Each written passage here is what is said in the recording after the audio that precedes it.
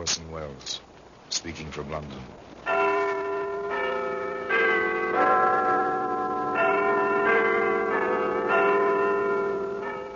The Black Museum, a repository of death, a repertorium of violence. Here in the grim stone structure on the Thames, which houses Scotland Yard, is a warehouse of homicide, where everyday objects, a carpenter's saw, a manicurist's orange stick, a 10-penny nail, all are touched by murder.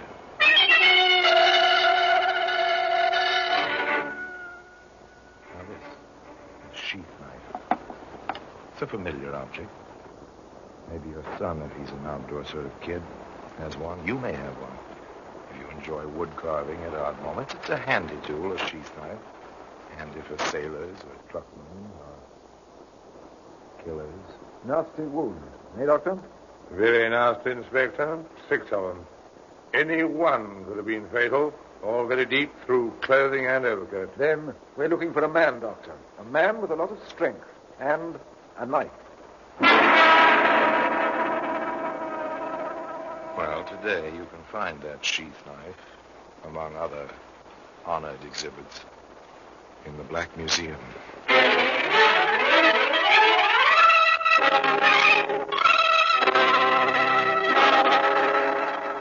From the annals of the Criminal Investigation Division of the London Police, we bring you the dramatic stories of the crimes recorded by the objects in Scotland Yard's Gallery of Death, the Black Museum. In just a moment, you will hear The Black Museum starring Orson Welles.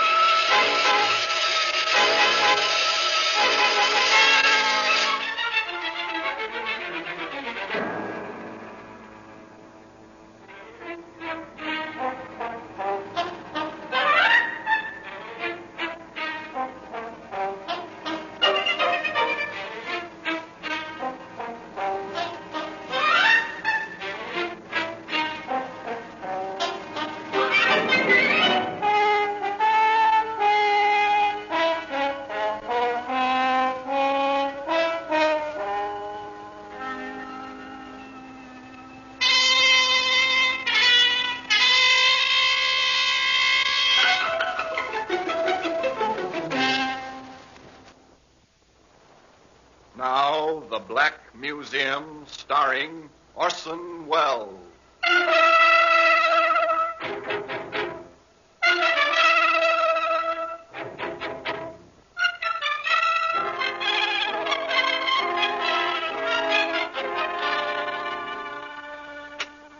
Here we are. This is the Black Museum. Scotland Yard's mausoleum of murder. A functional place with its shelves and cabinets, its glass-topped exhibit tables, and the neat white cards identifying time and place and killing. Yet over the whole thing, a kind of aura, a mystery, as if the manipulators of these weapons still waited to pick them up, just beyond the shadows. Here lies death. 100 deaths, 700 in fact, collected over several generations. Would you call this a weapon? Look here, it's a boot. A leather riding boot is obviously made for a gentleman who rode behind the hounds, but another gentleman's pink hunting coat was stained with blood when this boot became a bludgeon. This seems obvious. It's a hypodermic needle. It was once filled with poison. Here we are. Here's the sheath knife I was telling you about. Leather sheath, Sheffield steel, bone handle. It's a pretty instrument in its way. But the story connected with it isn't quite so pretty. It begins one coldish night in November, as a suburban train drew into the dark station at Ilford, a short distance from London. 2 men rose to shrug on overcoats. In the same car, a man and woman rose too. Evelyn and Fred Winters, shipping clerk and his wife, returning to their little house in Ilford. Careful, dear. dark on the platform. You might go first, even if you are married to me. Huh? Oh, yeah. Yes, of course, yes. All right, Evelyn, come along now. Train will take you on with it. You'd like that, I expect. No, we had a nice evening. You're tired now. You wouldn't talk like that. Well, let's walk. I'm a trifle chilly. He's a patient man, this Fred Winters. He always manages to find excuses for his wife's nagging, but then Evelyn is a bit younger than Fred and quite good-looking in a rather daring manner, you know. One of those tall, vividly colored girls, excellent figure, which she displays to advantage. Of course, all this was lost on the two men who left the train at the opposite end of the car from Mr. and Mrs. Winters. They stood on the platform for a minute or two, stamping their feet. And the Winters disappeared up the tree-lined street. For a moment or two, the two men followed. Apparently, they'd come to a decision. Whatever it was, it doesn't matter. It was never carried out. They heard.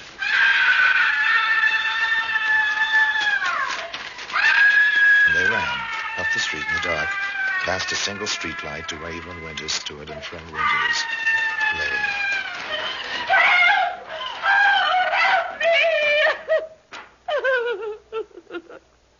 Someone ran out of the driveway. Then Fred fell. Oh, he's all over blood. He's dead. He's dead. Oh, he was dead, all right. He was quite thoroughly dead, as Inspector Bell put it. It's the man Scotland Yard placed in charge of the case. Nasty wounds. Eh, Doctor? Very nasty, Inspector. 6 of them. Any one could have been fatal. All very deep through clothing and overcoat. Then we're looking for a man, Doctor. A man with a lot of strength and a knife. Now it begins. The long, slow, painstaking piecing together of the puzzle. Someone with a good deal of strength wielded the 6-inch knife. Step 1. So far, so good. Step 2. Yes? I'm Inspector Bell, Mrs. Winters. We met last night near the station. Yes, I remember. Come in, won't you? I expect you want to ask some questions. The questions. They all begin as soon as the widow and the detective inspector are seated in the tiny front room of a shabby little semi-detached house. The inspector glances around, sees no wealth here, that's certain. Dismiss money as the motive. What did your husband do, Mrs. Winters? Do? Oh, I see. He was a shipping clerk. How old was he? He said 48. I think he was closer to 52. Did he see service? Home guard. He was too old for the ground troops, and he had no skills for any of the technical services. Did Mr. Winters have any enemies that you know of? Freddie? Enemies? Oh, of course not. He never hurt a fly. An excellent quality. Gentleness. Gentleness? Oh, no, Inspector. Fred was meek. Meek and mild, as the old saying goes. Well, he loved me in his way. There was more of the same, lots more, but nothing to indicate a reason for willful murder. Finally, the inspector decided to call it a day. Well, I won't bother you any longer today. Oh, yes. If you decide to go away, or anything like that, let us know when and where, won't you, Mrs. Winters? A considerate man, Inspector Bell, and wise. He had long experience. He never rushed a case or a situation. He knew well that there wasn't any use in that. He returned to the local police station, and there he found a woman and a man waiting for him. The murder took place right in front of my house, sir. Did you see anything, ma'am? No, it was too dark. Our street is very badly lighted. But I heard running in my driveway. Then it sounded like scuffling out front. I went to the window and heard a woman, well, half whisper, "Don't. Oh, don't." Then she was frightened? No, sir. How's that? It wasn't fright, sir. It was like she was begging someone she knew not to do something. Then I heard running away again, going away. And after that, the screaming. You're certain the woman was not frightened? I'm positive, sir. If I'd felt she was, A tiny bit of testimony, very tiny. Would it stand up in court? How would it impress a jury? What would a good defense counsel do with it on cross-examination? Well, it was weak, but it was interesting. Quite interesting. And there was a man waiting at the station house for Inspector Bell with a woman. The man introduced himself. I'm Stanley Winters, Inspector. Fred was my brother. I don't want to get anybody into trouble, sir, but there are a few facts my sister-in-law may forget to mention. Women are like that at times. Facts? Such as, Mr. Winters? There's a man who disliked my brother intensely. A ship's steward, James Davis. And the cause of this dislike? My brother threw him out of the house. For what reason? Fred thought that this Davis was, making passes at Evelyn. Fred mentioned it to me once or twice. Your brother must have been fairly sure to take such action. Incidentally, what was this Davis doing in the house in the first place? We knew Evelyn's family as a boy. He was quite friendly with Fred and Evelyn at first. Went off on a holiday with them to Brighton. Between sailings it was. Then he moved in. Fred had a spare room and could use the money. But after a while, Fred didn't like Davis's attitude towards Evelyn, so he threw him out. Is there anything else, Mr. Winters? Nothing I can think of, sir. This was just a point I thought you ought to know. Thank you, Mr. Winters. We'll probably be in touch with you. Good night. Good night. Sergeant? Yes, sir. Pick up order, Sergeant, for James Davis, ship's steward. Check crew lists of all lines carrying passengers or using stewards. And don't let Mrs. Winters learn that we know about this Davis. Not yet, at any rate. Beg pardon. You James Davis, steward aboard the Morania? I am. So what? I'm from Scotland Yard. My credentials. What do you want with me? I'd like to have a talk with you before your ship sails. Sailing date's 3 days off, we understand. That's right. What do you want to talk with me for? A friend of yours has been killed. Name of Fred Winters. What? Freddie dead? How? Where? The inspector will tell you all that. Shall we go now, Davis? I've seen your first officer already. He knows what's going on.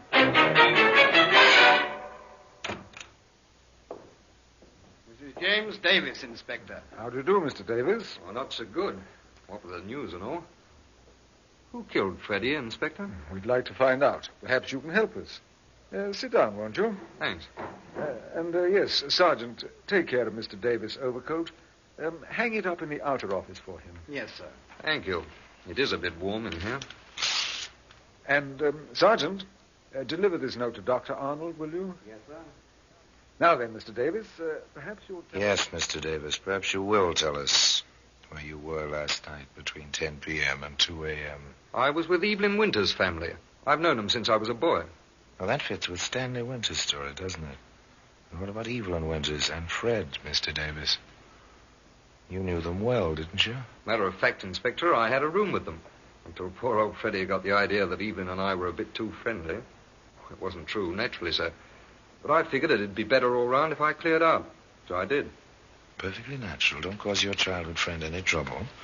If her husband is jealous, live somewhere else. So simple, so proper. It was just about then that the telephone on the inspector's desk added its voice to the situation.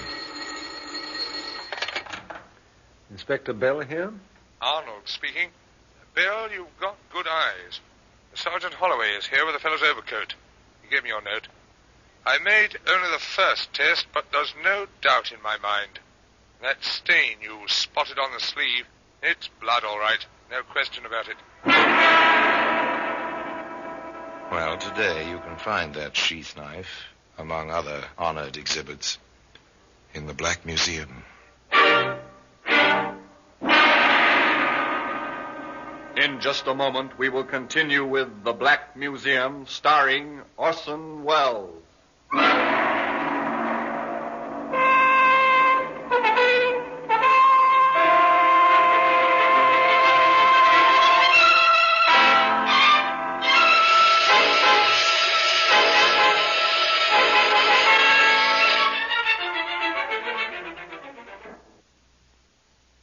Would you care for a touch of international chicanery? Orson Welles portrays the roguish crook Harry Lime, a clever thief, continually in the middle of an international hijinks. Be with him each week as he darts back and forth across the line of the law. Be in on his sophisticated plans, which always end with someone getting conned. Join KUOW Thursday evenings at 9:30 as we present The Lives of Harry Lime. But hang on to your radio. He may have that by Friday morning.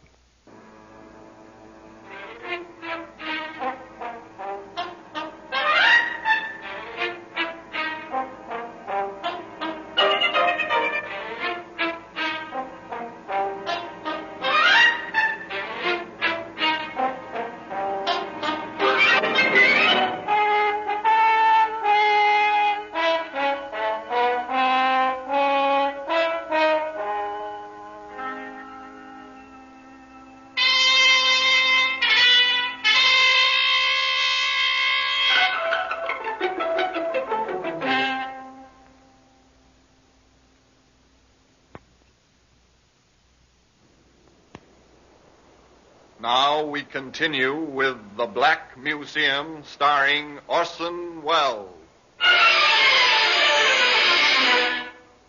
They kept what they knew from Jimmy Davis and from Evelyn Winters. Scotland Yard has a habit of not breaking news until they're certain of the facts. And blood on the cuff of an overcoat is only one fact. The rest was guessing. That's not enough. They drew other items from Jimmy Davis that day before they finished with his overcoat and with him. As I said, Inspector, I spent the evening with Evelyn's family. I've been doing that during my time ashore for years. I left them about 11 o'clock. It was something of a problem getting back to London. The trains out Manor Parkway aren't very frequent after 11. When I finally made it back to Victoria Station, the last train out my way was gone. I didn't have the cab fare, so I walked all the way home. Didn't get in until after 2 in the morning.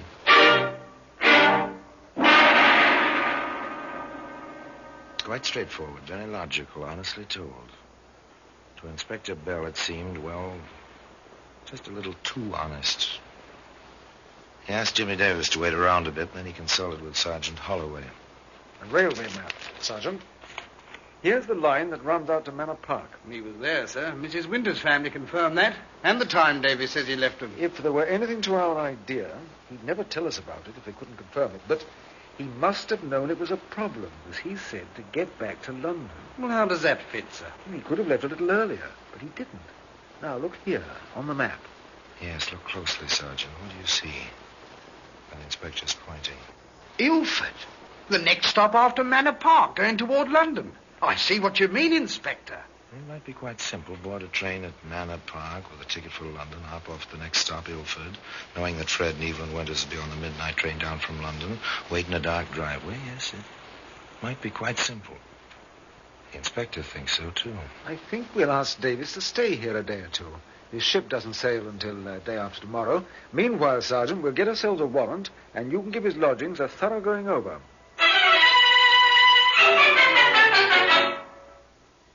Sergeant Holloway took 3 men with him and gave Jimmy Davis his furnished room a very thorough going over. Take everything apart, men. Put it all back together again so the fellow won't know we've been here. We're looking for any article of clothing with a trace of blood on it. And for a knife about 6 inches long. Also, watch for evidence of Davis's associations with women. 3 points. Blood, a knife, and women. On point 1... everything's clean. He must have missed the stain the inspector spotted on his overcoat. On point 2... nothing. Absolutely nothing to indicate the man ever touched a knife. And as for point 3... it's a gold mine, Inspector. Davis had a special box full of letters. I didn't take the time to read them. One look at the signature on all of them was enough. Ever yours, Evelyn.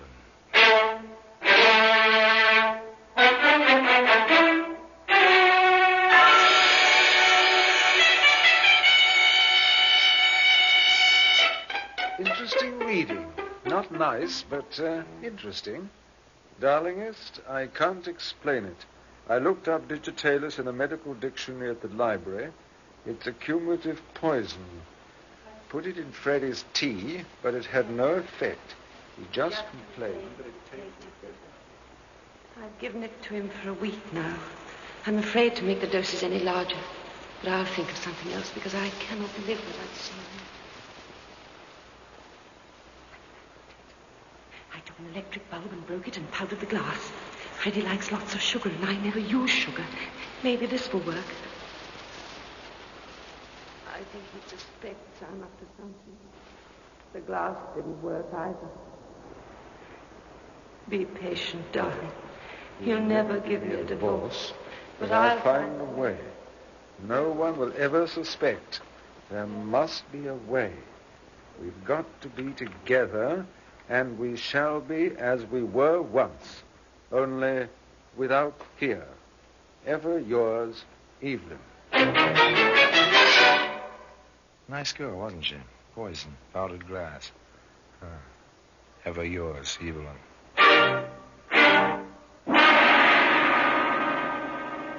Inspector Bell called in Sergeant Holloway. Yes, sir? The letters. They'll go fine in court after we put the two of them together someplace and after we've found the weapon. Davis says he hasn't seen her in months, and she insists on the same thing. In one of the letters, she mentions meeting him at a tea room in the city. I'll cover that. You get down to Southampton to the Morania. Talk to the crew. Get everything you can on Davis. Check? Yes, sir. Check. In the tea room, Inspector Bell found an obliging waitress with an excellent memory. Tall, you say, sir? Auburn hair? Greenish eyes? Oh, now let me think a minute, sir. Yes, there was a woman comes in here, very good looking, if you like that kind of colouring. Many men do. Well, one man does. The one that comes in here with this woman. Afternoons mostly for an early tea. He's young. Oh, younger than she is, that's my guess. Well, very nice looking. Have you heard any names? Once it was... Yes, once I heard her call him Jimmy, darling. I see.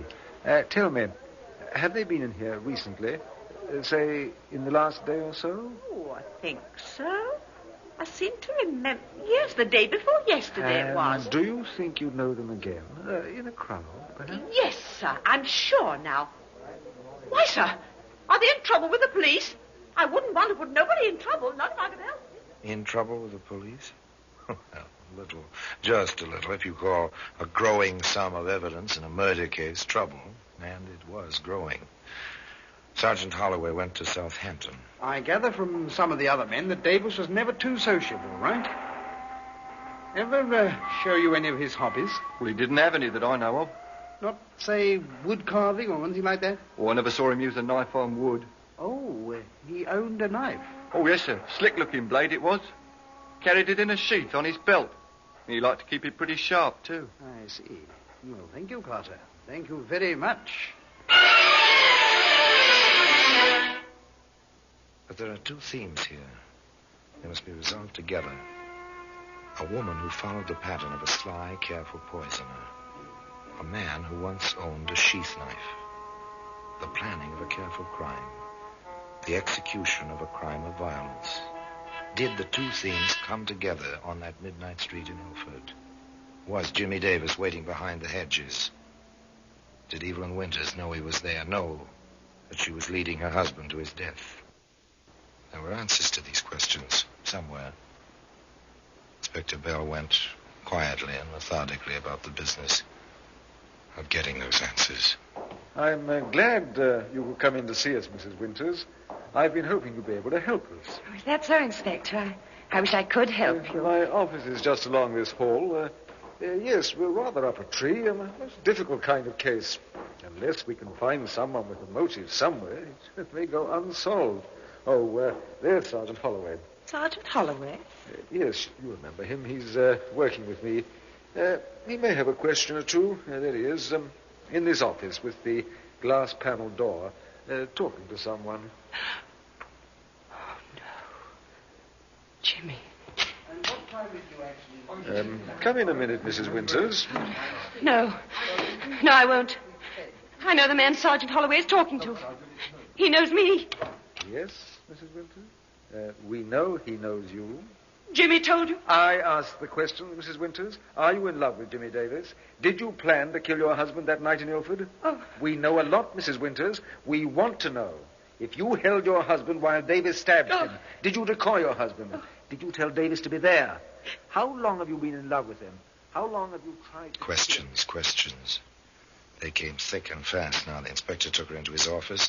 The stenographer waited. She was warned, and the questions poured out around her as she sat there, pinioned by the inspector's quiet voice. Until... All right, I'll tell you. I was in love with Jimmy, but I didn't plan the murder. Jimmy did that. He did it on his own. He jumped out of the driveway and struggled with poor Freddie. Fred fell down. Jimmy ran away. I had nothing to do with it. Nothing. A nice girl, a really nice girl with willpower. They showed her the letters in her own handwriting, but she stuck to her story. I had nothing to do with it. Nothing. And Jimmy Davis, still in love with this woman. Jimmy denied the letters, too. Evelyn didn't know a thing. I waited for them. I wanted to make Fred give her a divorce. He tried to hit me, and we fought. I used the knife. It was self-defense, but I got scared. I threw the knife into the sewer grating and ran away. Evelyn didn't know a thing. We didn't see each other for months.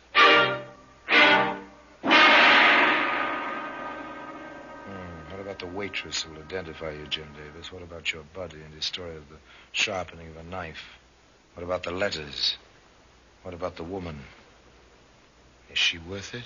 Evelyn didn't know a thing. She had nothing to do with it. Sorry, Davis. It's no use. You'll be tried together, and the chances are you'll hang together. Well, that's the story. That's how they wound up the case.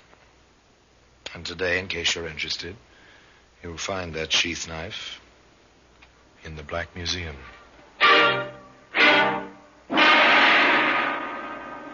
Orson Welles will be back with you in just a moment.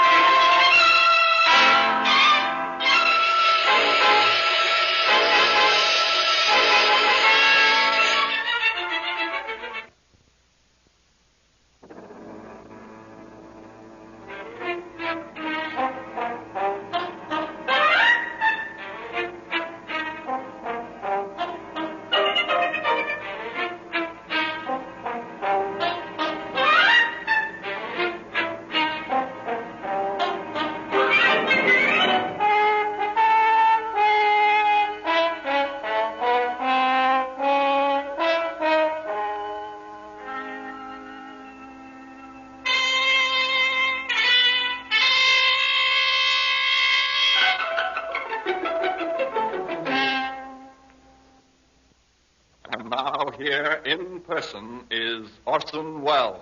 Murder is always ugly. And in this case, the motive was heedless, reckless passion. And the ugliness was amplified by the long planning, the cruelty, and finally, by the end of the story. For Evelyn Winters died badly, unable even to manage the numbness of fatality which comes to so many murderers on the scaffold. She collapsed, had to be carried to the gallows, supported there by 2 jailers. The hangman, by the way, resigned his job shortly afterwards. And to the end, despite the letters, despite the evidence, Jim Davis tried to take all the blame on himself. But justice and death both were equal in this case. And the sheath knife remains in its customary place, in Scotland Yard, in the Black Museum. Now, until next time, till another story about the Black Museum, I remain, as always, obediently yours.